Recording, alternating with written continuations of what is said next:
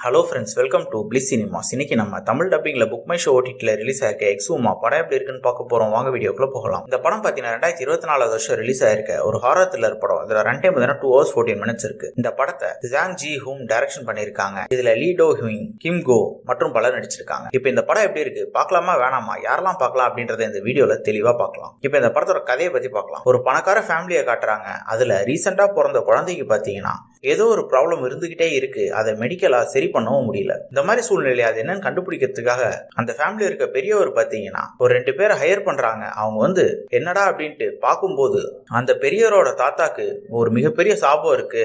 அதனால அந்த சமாதியை தோண்டி எடுத்து எரிச்சிட்டா சரியாயிடும் அப்படின்ற மாதிரி சொல்றாங்க. இப்ப அந்த சமாதி எங்க இருக்குன்னு பாத்தீங்கன்னா ஒரு மலை பிரதேசத்துல தனியா அந்த சமாதி மட்டும் இருக்கு. சோ இந்த டீமும் அந்த ஃபேமிலியை சேர்ந்தவங்களும் அங்க போறாங்க. போன இடத்துல பாத்தீங்கன்னா நம்ம ஹீரோ சொல்றாரு, இங்க ஏதோ அமானுஷமான விஷயம் இருக்கு. சோ இதை தோண்டி எடுக்க முடியாது, எடுத்தாலும் பெரிய பிரச்சனை ஆகும் அப்படின்ற மாதிரி சொல்ல, அதுக்கு அந்த பேய் ஓட்ட வந்தவங்க இல்ல அதை நான் பாத்துக்கிறேன் அப்படின்ற மாதிரி சொல்றாங்க. அதுக்கப்புறம் அந்த சமாதியை தோண்ட ஆரம்பிக்கிறாங்க. அதுக்கப்புறம் இந்த படத்துல என்னென்ன சுவாரஸ்யமான சம்பவம் நடக்குது, கடைசியில் என்னதான் ஆச்சு அப்படின்றது தான் இந்த படத்தோட முழு கதையே. இந்த படத்தோட பாசிட்டிவ் ஐடியா பத்தி பார்க்கலாம். பாசிட்டிவ், இந்த படத்தோட ஸ்டோரி பிளாட்டை சொல்லலாம். ஒரு சூப்பரான ஸ்டோரி பிளாட்டை எடுத்திருக்காங்க. அதே மாதிரி பாத்தீங்கன்னா கேரக்டர் ரைட்டிங்ல முக்கியமான கேரக்டர் எல்லாமே தரமா எழுதி எடுத்திருக்காங்க. அதுக்கேற்ற மாதிரி ஸ்கிரீன் பிளேவும் பக்காவா பண்ணிருக்காங்க. டெக்னிக்கல் ஆஸ்பெக்ட்ஸ்லயும் பாத்தீங்கன்னா அந்த படம் பயங்கர சவுண்டாவே இருக்கு. சினிமோட்டோகிராஃபிலாம் சூப்பரா இருக்கு. சவுண்ட் எஃபெக்ட்ஸ், பிஜிஎம் எல்லாமே நல்லாவே பண்ணி கொடுத்திருக்காங்க. படத்துல அங்கங்க வர ஹாரர் சீக்வன்ஸ்லாம் ரொம்பவே சூப்பரா இருக்கு. படம் ஆரம்பத்துல இருந்து எண்டு வரைக்குமே பக்காவா கொண்டு போயிருக்காங்க. ஓவராலா பாத்தீங்கன்னா கண்டிப்பா இந்த படம் ஒரு மஸ்ட் வாட்சான படம் தான். ட்ரை பண்ணி பாருங்க. என்னோட சந்திக்கலாம். தேங்க்யூ.